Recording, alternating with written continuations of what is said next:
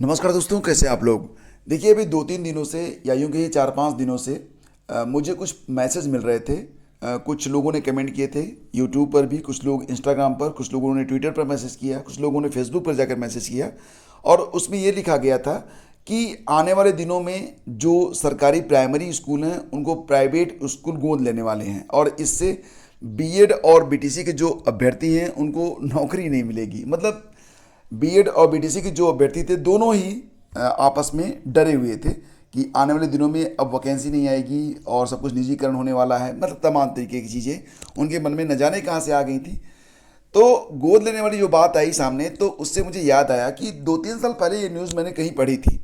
फिर मैंने social media पर जाकर सर्च किया तो मुझे पता चला कि हाँ, ऐसी न्यूज़ थी। और गोद लेने का मतलब क्या होता है?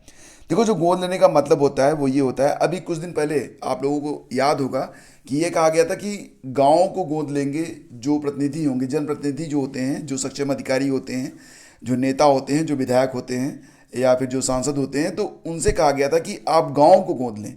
तो गोद लेने का मतलब क्या होता है? गोद लेने का मतलब यही होता है कि अतिरिक्त देखभाल।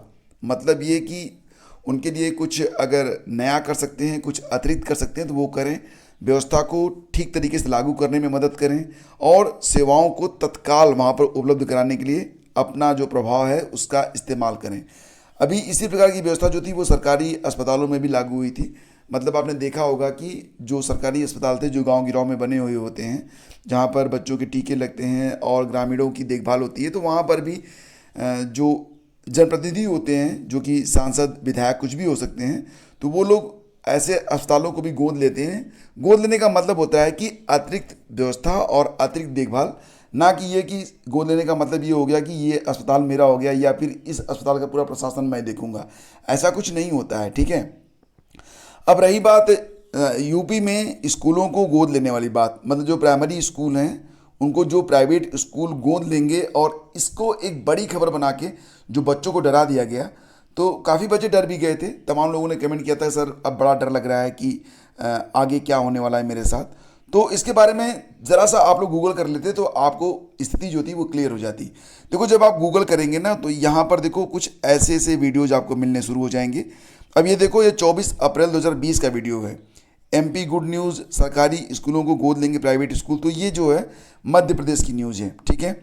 इसके अलावा यूपी इलेक्शन 2021 के दौरान भी यूपी के इस सरकारी स्कूल को देखकर हैरान रह गए बच्चे, जो भी हो। और यहाँ पर देखिए पत्रिका, ये जो खबर है ये जून 2022 की खबर है। सरकारी स्कूलों को गोद लेने में लखनऊ पिछड़ा तो बांदा अव्वल, शासन की अपील हुई फेल। तो मतलब देखो, ये जो न्यूज़ है अगर आप इसको देखोगे तो आपको पता चलेगी कि ये जो गोद लेने के बारे में न्यूज़ सामने आई थी उसका अर्थ बस यही था कि ये कहा गया था कि जो सक्षम लोग हैं, जो सक्षम जनप्रतिनिधि हैं या जो सक्षम संस्थाएं हैं, अगर वो प्राइमरी स्कूलों को गोद लेना चाहती हैं, गोद लेने का मतलब अगर उनकी व्यवस्था को और सुदृढ़ करना चाहती हैं और व्यवस्थित करना चाहती हैं, तो इसमें वो अपना योगदान दे सकती हैं। इससे ना तो शिक्षक भर्ती पे कोई प्रभाव पड़ने वाला है, ना तो शिक्षकों की संख्या पर कोई प्रभाव पड़ने वाला है, और ना ही इस पर कोई प्रभाव पड़ेगा कि आने वाले समय में जो वैकेंसीज कम हैं या जो यहाँ पर शिक्षकों की संख्या कम है तो उनको जो है नहीं भरा जाएगा। ऐसा कुछ भी नहीं है। मतलब कि जो व्यवस्था लागू है वो व्यवस्था उसी प्रकार से लागू रहेगी, और इससे ना तो शिक्षक भर्ती पे कोई प्रभाव पड़ेगा, ना ही जो टैलेंटेड बच्चे हैं जो कि शिक्षक बनना चाहते हैं, ना तो उनके लिए अवसरों की कोई कमी होगी। तो ऐसी खबरों को दरकिनार किया कीजिए, और ऐसी खबरों पे बहुत जल्दी फोकस करने की ज़रूरत नहीं है। फिलहाल उत्तर प्रदेश में जैसा कि आप लोग जानते ही हैं कि लगभग कम से कम जो है 60,000 प्लस जो प्राइमरी शिक्षक हैं उनकी कमी बताई गई है। और इसके लिए अभी जो है शिक्षक भर्ती के बारे में कि नई वैकेंसी कब आएगी कोई डिक्लेरेशन आया नहीं है। लेकिन वहीं पर टीजीटी और पीजीटी में लगभग 44, कुल मिला के 4200 के आसपास आप मान सकते हैं पदों को। तो उस पर जो है परीक्षा जनवरी के आसपास हो सकती है। एलटी ग्रेड की वैकेंसी जाने वाली हैं। तो जो वैकेंसी सामने है उस पर फोकस करिए। यूपी में जो व्यवस्था लागू थी वही व्यवस्था लागू है, और जब भी शिक्षकों की भर्ती होगी तो बीएड और बीटीसी को जैसे जिस प्रकार से और जो नियम कानून होता है, जिस प्रकार से उनको मौका मिलता था या मिलता है, उसी प्रकार से मिलता रहेगा, ठीक है। तो बिल्कुल चिंता वाली बात नहीं है। अगर आप बीएड और बीटीसी के स्टूडेंट हैं, शिक्षक भर्ती का सपना देख रहे हैं, तो डेफिनेटली देखिए और तैयारी में लगे रहिए। और इन जो ये खबरें होती हैं इनसे डरने की कोई ज़रूरत नहीं होती है, इससे कुछ भी बदलने वाला नहीं है, ठीक है। गोद लेने का मतलब बस यही होता है कि थोड़ी सी अतिरिक्त देखभाल और व्यवस्थाओं का त्वरित निस्तारण करना, ठीक है। तो ये सारी चीज़ें होती हैं। और 72,825 के बारे में भी एक खबर यहाँ पर है कि 72,825 शिक्षक भर्ती। देखो 2011 में एक वैकेंसी आई थी, तब यूपी में बीएसपी की सरकार थी। उसके बाद बीएसपी की सरकार 2011 में, मतलब उसके बाद 2012 में चुनाव हुए थे, 2012 में फिर समाजवादी पार्टी की सरकार बनी थी। तो 2011 में बीएसपी की सरकार में एक वैकेंसी आई थी 72,825, और उसमें नियम बना था कि टेट के अंकों के आधार पर ये भर्ती आगे बढ़ेगी। लेकिन वहाँ पर जो विज्ञापन आया था 2011 वाला ना, उसको चैलेंज किया गया था। तो फिर 2012 में जब समाजवादी पार्टी की सरकार आई थी तो उन्होंने एक अपना नया विज्ञापन निकाला था, और नए विज्ञापन में एकेडमिक से भर्ती करने की बात कही गई थी। और देन आफ्टर क्या हुआ था कि नए विज्ञापन से, यानी कि जो समाजवादी पार्टी या अखिलेश सरकार का जो विज्ञापन था, उस पर जनवरी का महीना था, शायद 4 जनवरी थी, जब काउंसलिंग स्टार्ट करवा दी गई थी, उसी समय हाई कोर्ट से आदेश आ गया था कि जो दूसरा विज्ञापन था समाजवादी सरकार का, उसको रद्द करते हुए पहले विज्ञापन को बहाल कर दिया गया था। और इसके बाद जो समाजवादी पार्टी के सरकार में, या यूँ कहें कि अखिलेश सरकार के द्वारा जो विज्ञापन जारी किया गया था, उस पर भी बड़ी संख्या में लोगों ने आवेदन किया था। एक एक ज़िले में आवेदन करने के लिए 500 रुपये फीस दी गई थी, और एक एक बच्चे ने कम से कम 12, 15, 20, 25, 30, 35, 40 ज़िलों में आवेदन किया था। कुछ लोगों ने तो 75 ज़िलों में आवेदन किया था, यानी कि एक बड़ी राशि उन्होंने इसमें खर्च की थी। तो फिर क्या हुआ था कि 72,825 में 2011 के विज्ञापन पर ही भर्ती आगे बढ़ी थी, और वो भी पूरी नहीं भरी जा सकी। 72,825 में से 66,000 के आसपास पदों को भरा गया था, और बाकी के जो पद थे उनको मतलब यूं ही भर्ती रुक गई, पता नहीं क्यों रुक गई, कहाँ चलेगी पता नहीं। लेकिन जो 72,825 वैकेंसी आई थी 2012 वाली, उसकी फीस वापसी के बारे में कई बार जो है प्रयास किए गए कि फीस वापसी की जाएगी, लेकिन प्रक्रिया थोड़ी सी जटिल है यहाँ पर। मतलब ये था कि इसमें कहा गया कि आवेदन अगर आपने किया था, जिस ज़िले में आपने आवेदन किया है वहाँ, अच्छा, फॉर्म और रसीद दोनों मांगा जा रहा था। तो अब इतना लंबा समय बीत चुका है कि ना तो किसी के पास फॉर्म है ना तो रसीद है।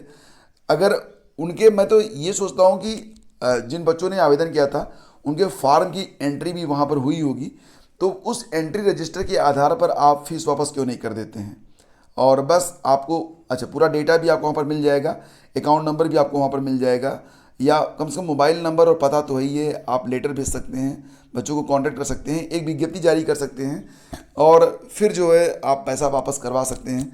आप अकाउंट नंबर बाद में मांग लीजिए और वेरीफाई कर लीजिए कि हाँ इस बच्चे का जो है फॉर्म आया था, और उसके बाद उसके आधार पर फीस वापस कर दीजिए।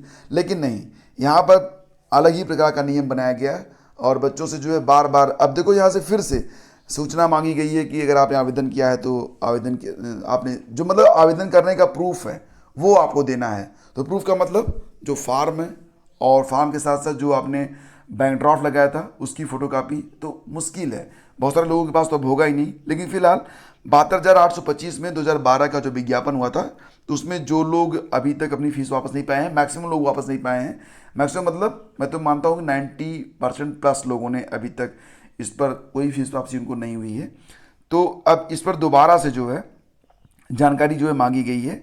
हाई कोर्ट में अवमानना याचिका दायर होने के बाद बेसिक शिक्षा परिषद के सचिव प्रताप सिंह बघेल ने प्रयागराज, संत रविदास नगर, कौशाम्बी, बदायूं, शाहजहांपुर, सीतापुर, चंदौली, मिर्जापुर, सोनभद्र, महोबा के डायट प्राचार्य और बीएसए से याचिकाकर्ताओं के आवेदन शुल्क संबंधी जानकारी देने को कहा है। पहली बार 13 नवंबर 2011 को आयोजित। अब बाकी की खबर मैं आपको बता चुका हूँ। बेसिकली अभी जो है 72,825 शिक्षक भर्ती की फीस वापसी को फिर से मांगी सूचना। तो अभी देखो ये न्यूज़पेपर में खबर आ गई है, जब डायट से कोई न्यूज आएगी तो वो मैं आपको अपडेट करूँगा, ठीक है।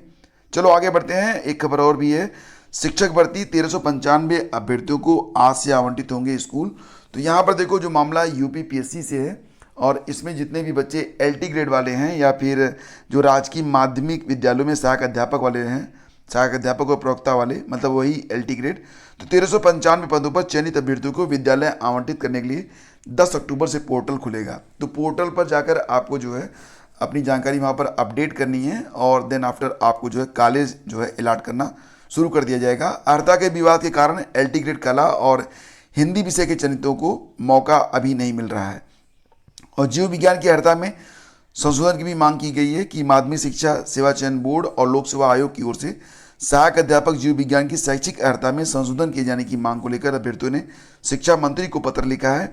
प्रतियोगी छात्र नेता आशीष तोमर ने शिक्षा मंत्री को पत्र लिखकर मांग की है कि जीव विज्ञान की शैक्षिक अर्हता जंतु विज्ञान एवं वनस्पति विज्ञान में स्नातक की उपाधि रखी गई है, इसमें चेंज करने की जो है मांग की गई है। और भी खबरें हैं कि कबाड़ी को बेच दी स्कूल की किताबें। तो अब देखो कहीं कहीं पर तो ऐसा होता है, खबर ये भी आती है कि किताबें नहीं आ रही हैं तो बच्चों को क्या दिया जाए, मतलब वितरण की समस्या हो रही है, मतलब किताबें आ ही नहीं रही हैं और किताबें आती हैं तो कबाड़ी को बेच दी जाती हैं। तो ये जो मामला है कौशाम्बी से है और मंझनपुर ब्लॉक के पूर्व माध्यमिक विद्यालय अगियोना की रसोइया ने 1 क्विंटल किताबें और वो भी कबाड़ी को बेच दी। जानकारी होने पर ग्राम प्रधान ने कबाड़ी की घर किताबें उठवाकर जो आला अधिकारियों को सूचना दी और इसके बाद जो मामला है, खैर ये सारी चीज़ें लापरवाही हैं और अगर किताबें आई थी तो इनको जो है दे देना चाहिए। और देखो बीएड काउंसलिंग में कुल मिला के देखा जाए तो 22,684 विद्यार्थियों को सीटें अलाट हो गई हैं। रुहेलखंड विश्वविद्यालय ने बीएड काउंसलिंग में शामिल हुए कुल 25,862 में से 22,684 विद्यार्थियों को सीटों का अलॉटमेंट कर दिया है। 3,178 विद्यार्थियों को सीटों का आवंटन नहीं हो पाया है। राजकीय और अनुदानित महाविद्यालयों में 7,651 सीटों में से 6,957 सीटों का आवंटन हुआ, जिसमें खुली श्रेणी की मतलब जो सीटें हैं उसमें 3,942 सीटें, 1,839 सीटें ओबीसी वर्ग और 1,146 एससी वर्ग और 30 सीटें एसटी वर्ग के अभ्यर्थियों को दी गई हैं। तो ईडब्ल्यूएस श्रेणी की 624 सीटें भरी गई। काउंसलिंग में शामिल हुए विद्यार्थियों को भरी गई सीटों के मुताबिक रैंक के आधार पर सीटें आवंटित की गई हैं। वहीं सोमवार से काउंसलिंग का दूसरा चरण शुरू होने जा रहा है। तो इसके बारे में आपको अधिक जानकारी वेबसाइट पर मिल जाएगी और जो ऑफिशियल वेबसाइट है विश्वविद्यालय की ओर से बीएड काउंसलिंग 30 सितंबर से शुरू की गई थी, जो 8 अक्टूबर तक चली। विद्यार्थियों ने अभिलेख अपलोड करके अपनी पसंद के कॉलेजों में सीटें लॉक की थी। 9 अक्टूबर को विश्वविद्यालय की टीम की ओर से सीटों का अलॉटमेंट किया गया। इसकी सूचना हर विश्वविद्यालय को भेजी गई है। पहली काउंसलिंग में 75,000 रैंक तक के अभ्यर्थियों को आमंत्रित किया गया था, लेकिन 50,000 तक भाग नहीं ले पाए। ये विद्यार्थी 10 अक्टूबर से शुरू हो रही काउंसलिंग में भी हिस्सा लेंगे। कल मैंने इसके बारे में आपको बताया था कि जो लोग पहली फर्स्ट राउंड में अपनी काउंसलिंग नहीं करवा पाए हैं उनको सेकंड राउंड में मौका मिलेगा। और देखो इलाहाबाद विश्वविद्यालय में स्नातक यूजी में प्रवेश के लिए पाठ्यक्रम के अनुसार 5 कोऑर्डिनेटर नियुक्त किए गए हैं। और इलाहाबाद विश्वविद्यालय में यूजी में सीयूईटी में जो लोग क्वालिफाई किए हैं, जिनके पास स्कोर कार्ड है, वो लोग इस समय आवेदन कर सकते हैं। 15 अक्टूबर तक रजिस्ट्रेशन करने के बाद फिर जाके प्रक्रिया आगे बढ़ेगी। तो इसमें BA, BSc, BCom, BLLB, BFA और बीपीए की तकरीबन 17,000 सीटों पर प्रवेश होने हैं। ठीक है। और जो भी प्राइवेट कॉलेज हैं अगर उसमें भी आपको, जैसे कि ईश्वर शरण हो गया, जो अफिलिएटेड हैं या प्राइवेट हैं, तो उसके लिए भी आपको सीयूईटी में अगर आपका स्कोर है तो अगर आप रजिस्ट्रेशन करेंगे इलाहाबाद विश्वविद्यालय की वेबसाइट पर तभी आपको जो उसमें प्रवेश मिलेगा, ऐसी सूचना भी आई थी। तो रजिस्ट्रेशन कर दीजिएगा और उसके बाद जो प्रक्रिया होगी उसके बारे में आपको समय समय पर जानकारी उपलब्ध कराई जाती रहेगी। वीडियो अच्छा लगा है तो लाइक और शेयर कर दीजिएगा। Thank you so much.